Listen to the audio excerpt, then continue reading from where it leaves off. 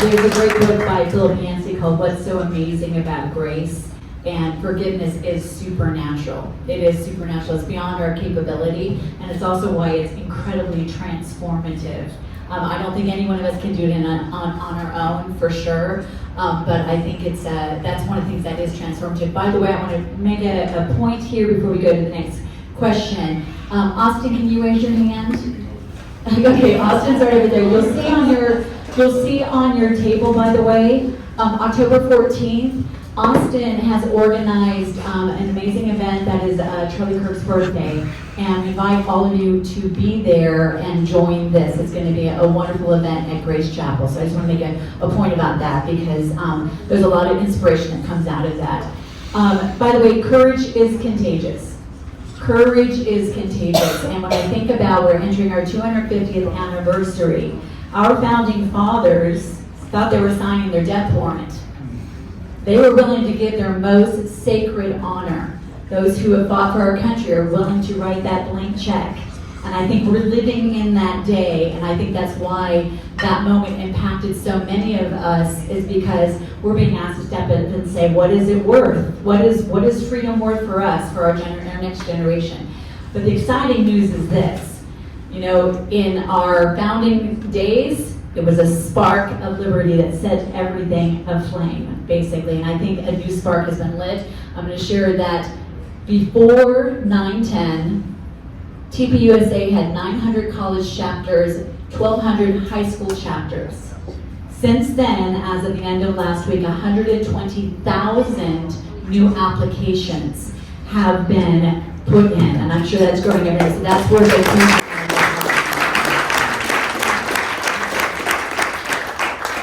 So here's what I would like to ask, because I know it takes courage, and I'm going to now ask a few specific questions.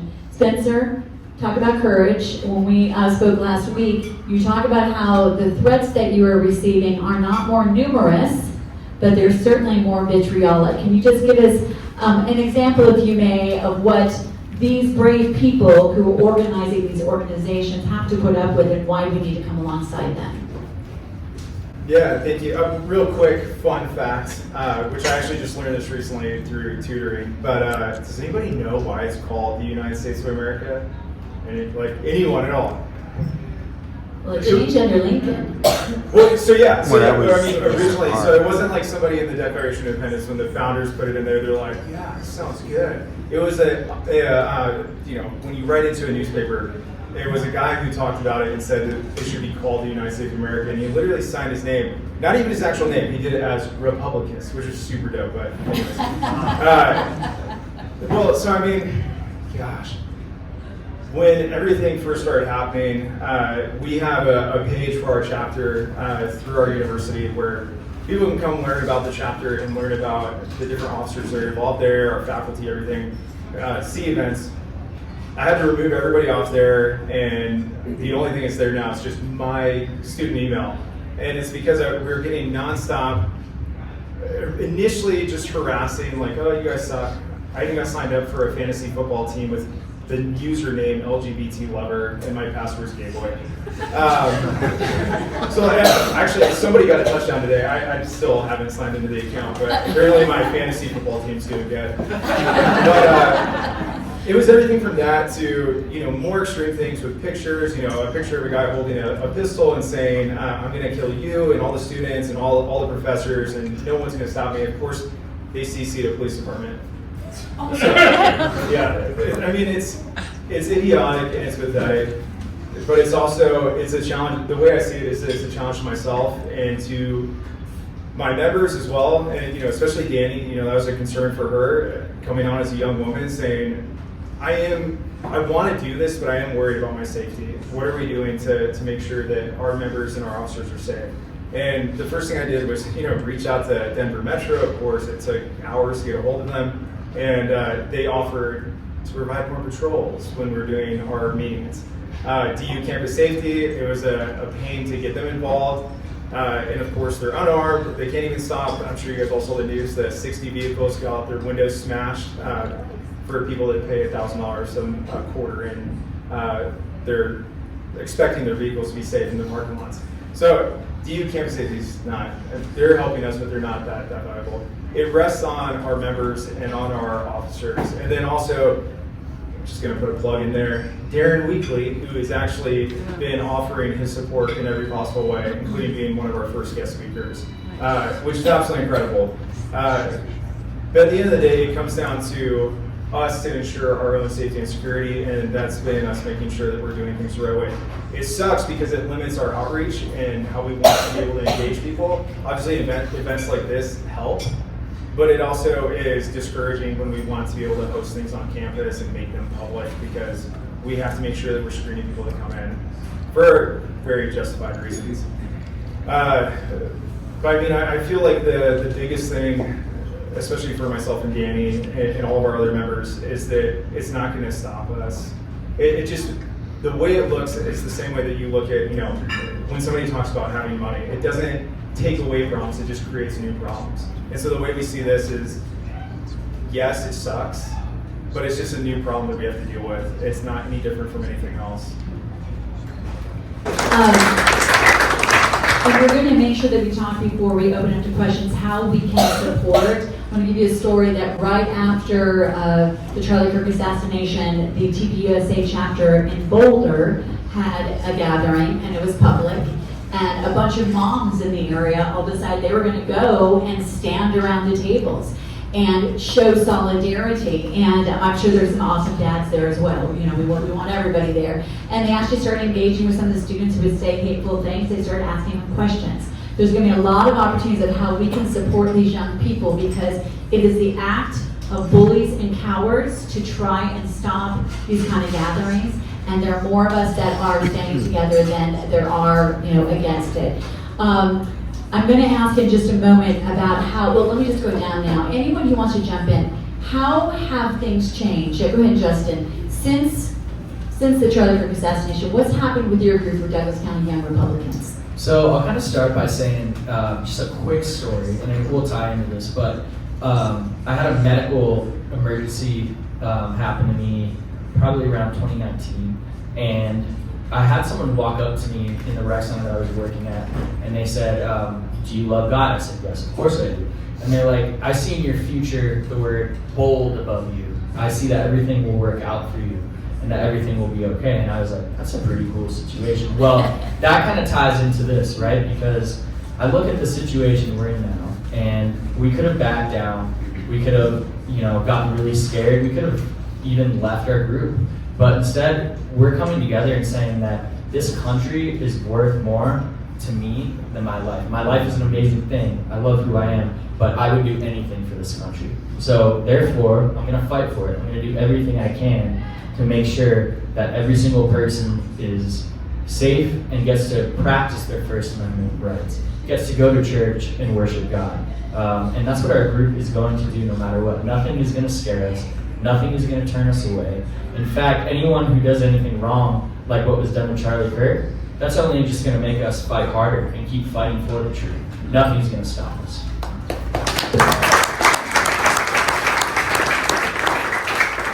Anyone else like to add anything about changes you've seen?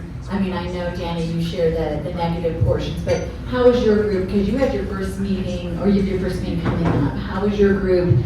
What have you seen the response since September 10th? We had our first meeting maybe a month ago, a little over a month ago, and our next meeting is coming up on the 18th.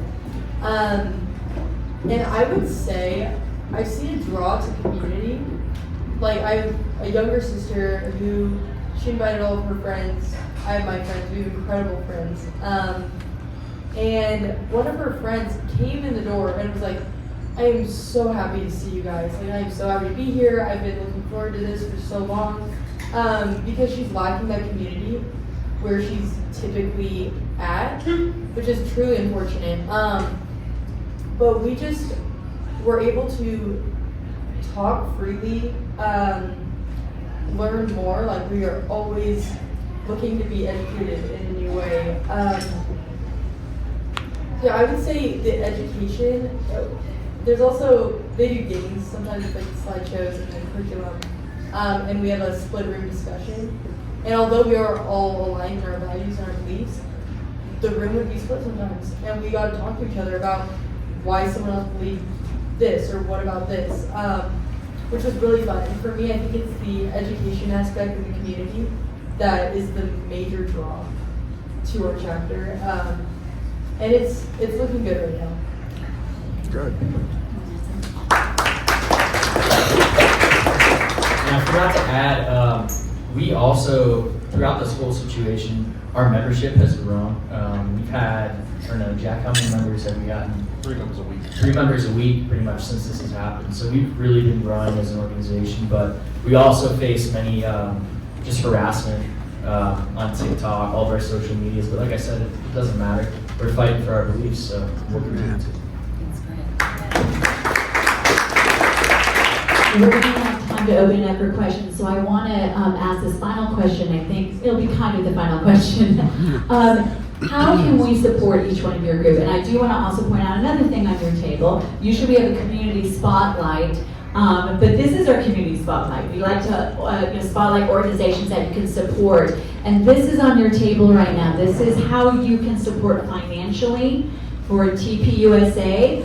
Obviously, I know Justin and Jack can tell you even more how to support Douglas County Young Republicans. We're going to talk about ways other than just giving. But if you want to also give designated giving, like to Denver University, you can give through this link, and then you can designate it to their group or to Club America or anything like that. But keep that in mind and keep it something that you can take with you and scan. But let's go down and say beyond that, beyond contributing, donating, what can we do, since most of us are not Gen Z? I will raise my hand to that one. What can we do to support what you all are doing? So, I mean, one of the easiest things is being invited to events like this to be able to talk about our mission. And I hope everybody's aware that the things that we try to promote are, and these are all very controversial for this group, but limited government, free markets. We want to ensure that those things are taught on campuses. And so if you guys are able to contribute financially, that's awesome. We have $300 in our student account. It's rad. We get it once every year, and then it gets recycled. But that is one thing where, I mean, we just got a really big donation, which is awesome. It's going to be really helpful with things we want to do in the future, especially not too far totally. DU is the best chapter as far as Turning Point goes. CSU's got their own thing, but they also have the extreme on the other side, and they're all the way up there in Fort Collins. We are trying to drag them down here to get them involved because we do have a bunch of campuses around Denver.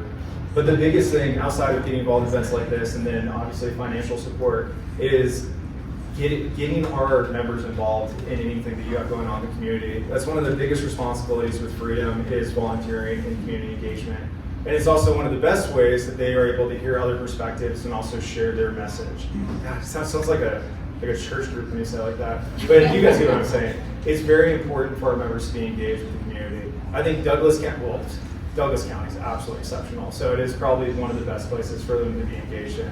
So if you guys have other organizations, other groups, I mean, we are all about civic engagement and being able to support our communities. So in other words, if you have a 501c3 organization, this is a great place to get volunteers.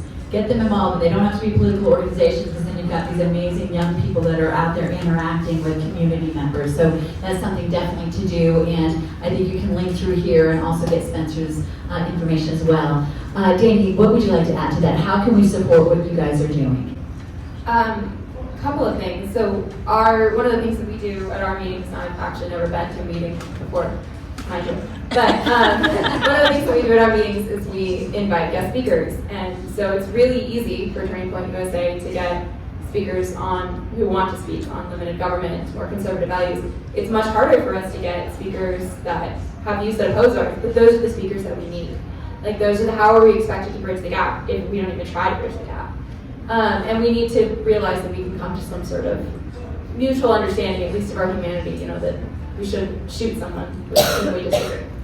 So if you have any ideas for speakers or other, conservative speakers are good, but non-conservative speakers are great, or if you have any connections with those such people.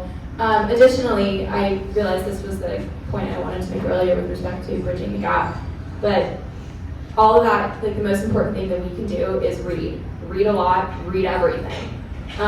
Especially viewpoints with which you expect to disagree. Like those are the things that you need to read the most, and it's the most uncomfortable to read, but that's where you're gonna grow. So if you have any recommendations, like a reading list for us, I would love to be able to publish that to our members. Yeah. Is that, yeah? Yeah.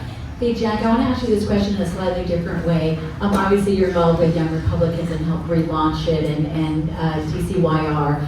But you mentioned a roadblock, and you're involved in so many different ways that we'd like to see more young people getting involved.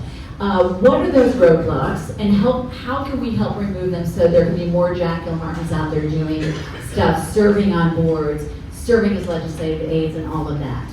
Absolutely. So to give you guys a quick rundown, organizations like Young Republicans and Turning Point, they are fantastic. They're entry-level organizations. They are the door to get young people heavily involved in politics, because if you see someone our age, we're more than likely to interact with someone our own age than, unfortunately, older generations or younger generations. So when it comes to getting them more involved in politics, that's something that I've heavily been involved with. We sometimes hit a roadblock. I was able to get around these roadblocks because I'm very ambitious, and I don't necessarily take no for an answer half the time. So I kept pushing. To give you guys an example of a roadblock that I've encountered many times, I know many other young Republicans and young conservatives have encountered, is whenever they're getting involved in campaigns, they're looking to get more experience in something. They want something to put on their resume. We live in an economy right now where the job market is not great right now. We're trying to get something all on our resumes. So all campaigns only offer them, hey, you want to have just a door knocking position, be a volunteer in that. Unless you're ambitious and you want to rise up the ranks, 9 times out of 10, young conservatives are just going to say, no, I don't want to do that. Give them something to put on their resume, help them grow, help them go through there. And when it comes to getting more and more involved in the party itself, we encounter the same issues. Unfortunately, the first thing people see is your age. They don't see your skills, they don't see your resume, they don't see what you've done, they see your age. So if you guys have a grandchild, a child, or just know a neighbor or people who want to get involved in politics, or just simply having a slight interest, help them grow. Bring them to events like this. Let them see what it's really like. Invite them to GOP meetings, invite them to campaign meetings, invite them to go out and meet candidates and see where they can go from there. I ended up getting my job in the state capitol originally out of a whim. I was working at the Denver Police Department for a couple of years, and a job opportunity opened up. I applied for it, I happened to get it. But a lot of people are not even going to see that. We have in the legislature, there are 100 of us. We are in a super minority. The job market for that is not incredible right now, so there has to be other ways for us to get them involved.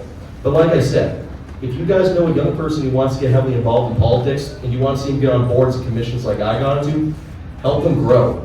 Help them get connected, help them meet many different individuals. That's how I managed to make it through. And I want to see people like Justin and everyone else here on this panel grow as well. I don't want to be the only Jack and Martin and this kind of young Republicans. I'll be honest, it gets lonely being the only young person involved in a lot of things. So I want to see these guys grow, and I highly encourage you all to help people grow as well.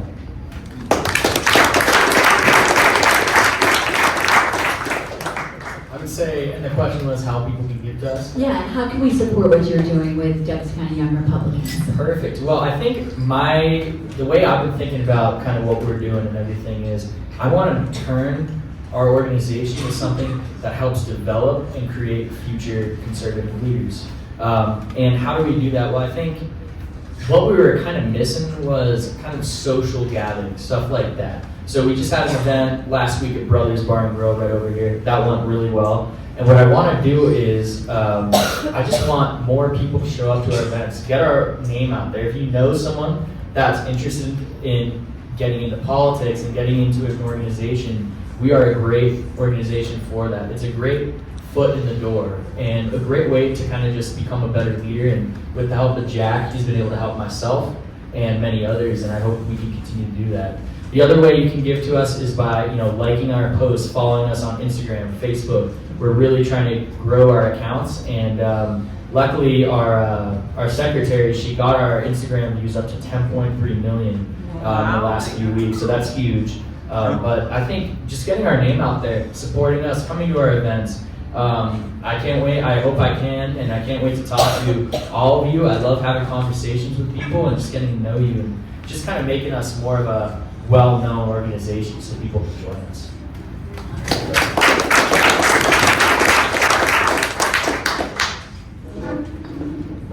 For my chapter, I would say just us starting so recently and still getting the ball rolling. I would say just involvement. If you know young middle schoolers and high schoolers who just want to know more and want something different than what they're being presented, just send them over. I would really love to just build our community and get to know more people and just know that my classmates and my friends aren't the only people out there who are well-rounded, and I would love to just meet more people, build community.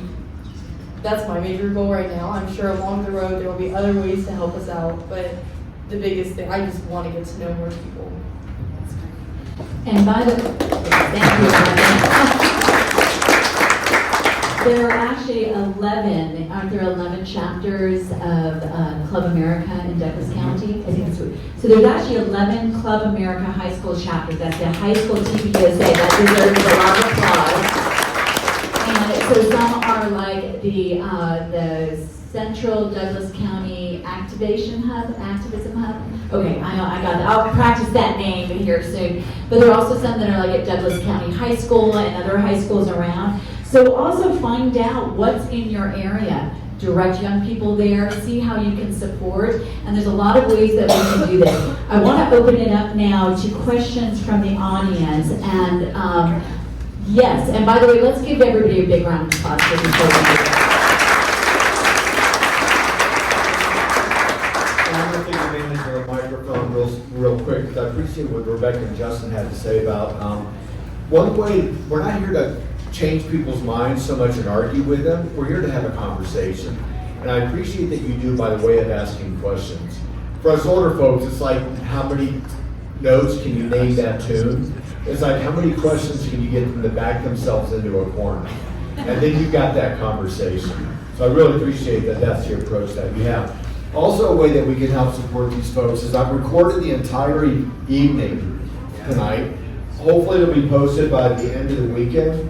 So one way that we can expand this gathering and the conversation that they've all had is to share the video. You can either share them, send them to our 2 pages that Deborah talked about earlier on Facebook, or feel free to share the links and just continue to spread the word. So I think you have your hand up first. Okay. I'll hold the mic. Not that I don't trust you. You should. My question is, as an immigrant, as a Hispanic, a trend I have seen among Gen Z is either when they finally become citizens of this nation or when they're first generation, they just forget all the struggles that their parents went through. They just forget that, let's be honest, the nations that they came from are not the best place because of horrible policy. How can we start getting those people in here, those people engaged, so they can remember that America is a unique place. America is unique in the sense that it's one of the freest places, one of the most safe places. I would say it's all going to start with education and teaching history. I think that's kind of where we would start. I think education is the most powerful tool for anything. And then just really educating them on the value of the American dream, the value of the country we live in, the value of what you can do here. I think that's where it's going to start, but I think it's really going to start with education, with reading, and with a lot of younger people nowadays, it's not everyone wants to do that. So I think it's igniting a fire in them, creating a spark so that they want to learn and they want to see the value that this nation can have for them. Okay, to touch on that, so perfect, like absolutely education. What I would say is that it's even more, it's about understanding the geography of passport. None of that makes you an American. It's embodying the actual idea of what it means to be an American, which is American exceptionalism. We are the best country in the world, and it's not because we have so many nuclear weapons or great military. It's because we embody what it means to be free. And that's where I would start.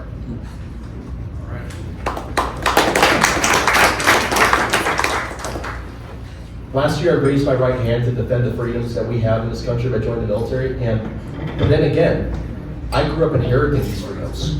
I understand what it is, but Juan, I know your story. you have a far deeper understanding of what freedom is than most Americans who are born here. Like Justin said, it's all comes to education. What you can do, share your story. Tell people what freedom really is. Tell them what it could be. And educate all these people when they become U.S. citizens. Like, hey, this is a free nation. This is where we are fleeing from. This is a nation we want to keep.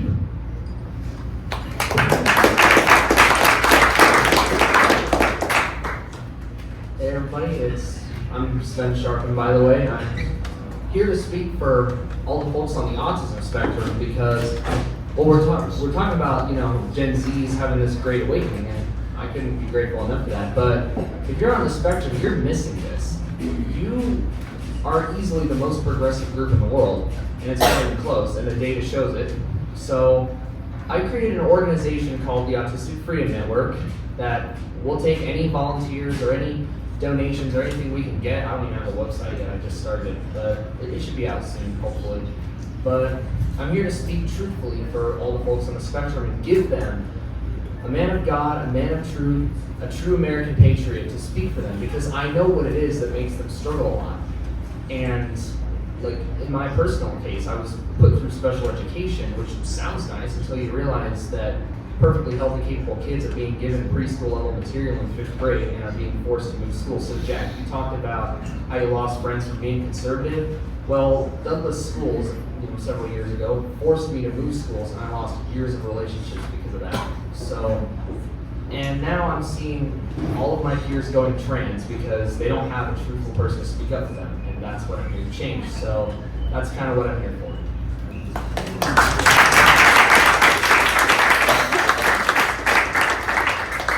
Well, I appreciate you talking to us about that, and I'd say, as the Douglas County Young Republicans chair, I gave you my number. I want to get to know you more, and I would love for our chapter to help you start your website. I think what you're doing is phenomenal, so I really want to help out with that. And me, I help special needs students every day. That's what I do every day. I love it so much. It's an amazing job. And I think that what we need to do is we need to realize how capable they are, how smart they are, and the amazing things they can do. I have a student right now that's already, I think he's in 1st grade. I think he's smarter than I am already. His comprehension skills are incredible. And I think that we need to have kind of like debating, getting to know the other side. We need to have an open mind and realize how capable that these individuals are and how smart they are. And I would love to be that person to help out you and everyone else. I would love to be that for you. You can be my Frank Turk. Thank you. I just want to add, first of all, Sven, thank you so much. Many of you know our daughter is on the spectrum, and one of the reasons that you have not signed the petition to stop the irreversible transitioning of children, one thing to know is a Tavistock clinic in England, which was at first and most well-known, closed because it was proven that 94% of the children that they transitioned were on the spectrum or had ADHD. That is what happens when they're targeted. So, Sven, you're a great voice for that. What is the name of your group one more time? Autistic Freedom Network. Autistic Freedom Network, another great young man to support. But sign that petition if you haven't. Go ahead. As a seasoned citizen, I used to be able to have what I'll call reliable sources for the truth and facts. I'm curious, in your Gen Z community, where do you go for the truth or sources that you rely on? I just don't have it anymore. Definitely the comments on Facebook. Or next door, whichever one. No. Honestly, you guys all know, from the laughter, you all know what I'm talking about. It's absolutely ridiculous. The number one thing, I mean, my wife is such a victim of this. She'll show me a picture, she's like, look at this. I'm like, oh wow, like, you do realize that's AI, it's not real. She's like, oh. It's funny because, I mean, I spend, Monday through Friday in a classroom, and I don't get to interact with news, the fake news, as much as I would want to. I have the people that I like to listen to, and I create a variety of it, so I always try to make sure that I'm hearing both sides of the argument and understanding what's going on. So, a good example, recent. It's like, we have a saying within the intelligence community, and it's always trust but verify. I'm sure you've heard that. So it's one of those things where, recent example with Jimmy Kimmel. So, okay, he's getting kicked off the air, and okay, cool, free markets, let's let the market decide that. I'm all about that. And if they want to keep dumping money to keep him on the air, it's sweet. And then it comes to the FCC. My question then is, okay, what is the job of the FCC? Is it to regulate the airways, and what does that mean? How's it defined? And then the other side of that is, well, if it was the government pushing somebody off the air, well, then it always comes down to, if they can silence them today, they can silence you tomorrow. And so my root is always back to, well, what is the Constitution? What is the Declaration of Independence? And what are the Bill of Rights? What foundations are we built off? What axioms are we following to where we're at now? So I always try to make sure that I have a good understanding of what's going on first, and not just trusting it at its source, if that makes sense. Did you want to answer that? Yeah. I would definitely say the Bible, because it references itself very often, and it was written by various authors over hundreds of years, and it all aligns. There's no contradiction between those authors who were separated. Some may not have even been alive at the same time as others, and great works and great documents. Like our founding documents are the foundation. They're well thought out and well written by incredibly courageous and factual men. And just classical literature. There's a lot to explore there, and you can analyze that in whatever your perspective is, but there's a lot of ideas, and I find that I'm more drawn to that than modern books, because they're exploring something more than the story they're telling. They're relating it back to what they were going through and what their history was like. So by reading classical works, whether it's fiction or not, you're able to learn more about the history and the life of that person, and perhaps the courage of them writing that book. So I would say there are proven things that they add up and make sense, and they can be tested and proven and questioned, and they'll still come out with the same answer consistently. So leaning on what's consistent. That would be my answer. I liked your Bible answer. Thank you.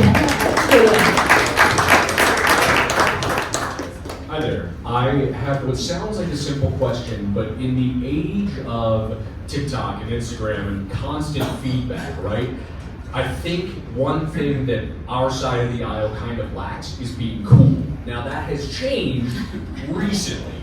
How do we as a group and as young people make conservatism or make normal cool again, right? I think there is a value to punch you in the mouth politics or sound quippets and things like that, but that doesn't feel like the way right now to win young people over. And I think that is a wave that we are really missing out on sort of the queer movement and things like that were cool at their time. How do we make our thing cool? Get rid of self-serving politicians, make sure that we have unifying principles, and ensure that we have good things to run on for our representatives. Yeah. I would say that would be the coolest thing. I would say, like, it's cool to stick to your values. Yeah. It's make people think, it's cool to be bold. It's cool to stick to your values. It's cool to be who you are. And I think we got to remind people that. It's a lot for me personally. I love it so much more being who I am than being a part of a clique or something that everyone is just because it's the right thing to be. And I don't know how we make other people think like that, but I think if we do that, we find a way to do that, then that's going to be a dang good start. One over here. Hey everybody, so a couple things. How many people know who your precinct chair is in your neighborhood? That's pretty good. But you guys, I think if you will agree with me, that's probably the number one thing you can do to help these guys out, is to get a young person involved as a precinct chair or a volunteer in their own little neighborhood where they live in a department or whatever. But the other thing is, one thing I've learned with working all of you, and I adore all of you, and the young people in our movement, is that we've got to show up for them. Offer to go to a Turning Point meeting, offer to go to a Colorado Young Republican meeting, and bring young people with you. Y'all know other young people that aren't involved, and just ask them to just try it out. And bring them to these meetings, like Deb's meeting and all the other great meetings we have in Douglas County. I always tell people, bring a young person with you, just try it one time. And they'll probably come back. So I don't know how you guys feel about that, but I think it's just about growing our movement and doubling the size and doubling the size and doubling the size. And each one of us can do that by just bringing one person with us wherever we go. Yeah.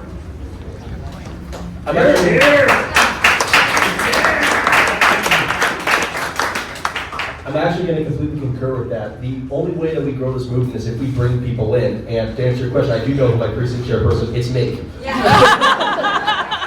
But you did bring out a really good point, especially here in Douglas County. Don't know if you guys know, but there is over a 1/3 vacancy for precinct committee persons around the county right now. Fill these up with our generation, fill this up with young people, get our voices in there, and let's let them be heard. And by the way, that's a great plug because one of our upcoming speakers in the next few months, before the caucus system starts in February, we're going to be talking about that so everybody knows where they are and can get engaged and involved. So thanks for bringing that point up. Do we have any more questions? Yes, back over here. And by the way, that's my precinct person. My husband. So there we go. So one of the things, so with the Charlie Kirk event, I wanted to ask, and I feel like we've touched on it, but I'm just kind of curious your guys' thoughts. So one of the things that Charlie Kirk really stood for was young men being called and taking a lead. And I think that's where everything inspired for me doing a couple things. And before Charlie Kirk's assassination, it was really just, yeah, let me go on Instagram, let me post the stories of everyone that I agree with, right? And then I just realized, post his assassination, that that's not doing anything, right? So I'm sitting here looking at 3 young men, and obviously 2 lovely ladies as well.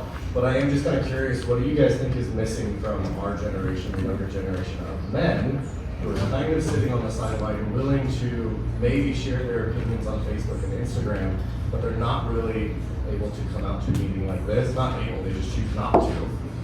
And I fully admit I am and was one of those people. I won't be ever again. But with that being said, like, what do you think is missing from the young men and not wanting to take a stand and just kind of sit on the sideline? I would say, like, I feel like men in our generation, there was someone who talked about this, it might have been Joe Rogan or somebody, but he said that right now the opportunities for Gen Z young men are just like gonna be so easy for us because so many people don't care, they just sit on the sidelines. And that is a good question, and I think that it comes with, again, my answer for everything is probably gonna be education because I love to read. But I think educating people on the value of these things and coming out to these things and how a movement can be started. I think if people really look into details on how movements start, they may want to be a part of one because you can do some really good things. But how do we get people to do that is the question. That's a really complicated one, but I hope that my organization can play a small part in that. We can get more people involved. I would say that it's purpose and that is fundamentally changing for, I don't know how long it's been going on, where if you're a white dude and you're conservative, you're the most hated person on this planet. So you've had that stripped away from you guys. We have now at this point in time, the lowest enrollment in higher education for men, the lowest employment for higher education for men. It's absolutely saying that you have more men staying at home playing Xbox in their mom's basement than you do actually trying to seek more. And so what we've seen with the recent administration, with what happened with Charlie Kirk, with the reinvigoration of young men in this country, is that they have been given purpose. And it comes in all kinds of shapes and sizes, but they understand that they are the leaders in this nation, and that they're the leaders in their family, that they're the leaders in their community, and that they have a challenge to rise to. And I feel like that's the one thing that young men are always looking for. I mean, it's why so many end up joining the military. And same with very courageous young women, but we see that especially in young men when they're given that you can't do this, and they're like, no, you can't, and they figure it out. And so I would say the number one thing is purpose, and we're seeing that reinvigorate in America.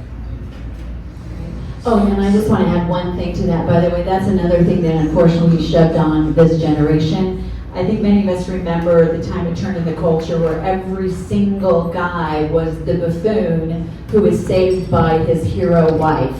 And, you know, I'm a recovered actress in my left brain, my right mind, from Colorado. But I knew if I ever got cast as a wife in a commercial or a TV show, my husband would be a total blithering idiot. We have to turn that around, and by the way, women, that comes to us too. We need to stand up for the men. We need to stop those who put them down. If you're raising a young man, raise him to be a young man. If you've got grandchildren and grandsons, raise them to be young men. And we can be the ones that turn this around along with this generation, because it's really done a number on the family. So I do know where that comes from, and I am very sorry from our generation to yours. All right, one last question. Yeah, I saw some of you people shoot me some looks that was not based on reality. No. My real husband is not a blithering idiot. He is a real man who I love lifting up. He rocks. I just want you to So know we have that. one more question and maybe one more after this, if anybody has one. Well, not really a question and comment. First of all, it's what a great group of young people out there, and, from one veteran to another. Thank you for the service. I would like to encourage your organizations to also be open to people that aren't necessarily religious. Right. Because that, to me, has been a part of the problems of the Republican Party, is that our tent is this. We need to expand the tent. And I'll give you an example. Religion was not in my family, or my daughters that I raised. My daughter was a college athlete. Her senior year, the school newspaper interviewed the 5 seniors, one of those little, write-ups, what's your this, what's your that. They asked my daughter, what famous person would you like to have lunch with? Blew me away. She said, Ronald Reagan. I never, ever mentioned politics, but I led by example. So whatever that saying is, don't speak to me, show me, or whatever. And to me, that's the best. But thank you, folks. Thank you so much, Bob. Thank you. Thank you. And just so everybody's aware, so we have Turning Point USA Faith. It's separate from our group that's within the colleges. So we are not a faith-based organization when it comes to the colleges. We're not a political organization. We are fundamentally rooted in a civic discourse. Obviously, we have free markets and limited government being some of our defining virtues. But to your point, anybody who believes in something, I can understand, and somebody who says that they believe in nothing, I can also understand. But the thing is I can have a conversation, and any of my members can, on trying to justify either. So with it, is anybody a scientist in here? Anyone? So, okay. Oh, there we go. Yeah, so you're familiar with falsification. Any hypothesis must be falsifiable in order to be considered scientific. And that's in principle, not that it actually is. So when we have God exists, well, that's not something we can falsify. But the same is true for God does not exist. And so it's an open invite to anybody on either side. It's, hey, who was it? And you probably know, this goes back to classical literature. He said, I don't believe in God, but I'm sure happy that my staff do. And he was just referencing that he was glad as he mates and weren't going to steal anything. But it goes all the way full circle. Our door's open to everybody. It doesn't matter which side, it doesn't matter which belief system, as long as they want to have a conversation and move the needle forward, especially when it comes to liberty. I mean, the first people that we invited to have conversations with us were the pride groups, the LGBTQIA+, all of them, groups. It was the Democrats on campus, the liberals, the socialists, the Marxists, the Gaza protesters. Those are the ones we wanted to talk to, because we knew that the one thing we all agreed on was our right to speak. I would say the same thing for the Douglas County Young Republicans. We're open to anyone who wants to have a conversation. Just because I'm a Christian myself and I love to talk about faith doesn't mean that everyone who joins our organization has to be one as well. I love talking to people and learning their perspective who don't believe in God, because I want to learn why they think that. It's interesting to me. So I'm open to everyone. Just because I am a Christian, I'm a proud Christian, doesn't mean that people who aren't can't join us. We want everybody. And I'd love to start a debate up at some point. So if anyone knows any Democrats who would be interested, let me know. That'd be pretty cool. But we're open to everybody. We just want to create dialogue in a time where that's under attack. So. I think we do have one final question by Ms. Whitney. Okay, so not truly a question. I just wanted to piggyback what Deborah said about this Get Involved form that is on your table. Not only is it for donations, but it will lead you to a Google form. So for those of you that are in attendance tonight and cannot be involved in high school or at a college, please scan this and go to the Google form. It asks if you know of locations for meetings, if you want to help for food for meetings, if you know about speakers that can help these young folks. Lots of information, so please scan it, fill it out, and let's help these kiddos. Right, thank you, Whitney. Well, we're going to close this in just a second, but someone here said something that I want to close with a quote. When we look at the times that we're in, with Charlie Kirk's assassination, the growing violence, it's easy to see that there is an evil of sorts growing. Makes me think of the Edmund Burke quote. Most people know the beginning, which is, evil prevails when good men do nothing. But what they don't read is the second part of the quote, which is this: when the evil congregates, the good must come together, lest we fall one by one in an unpitied sacrifice and a contemptible struggle. Our commitment to one another needs to be that we will not let anyone stand alone.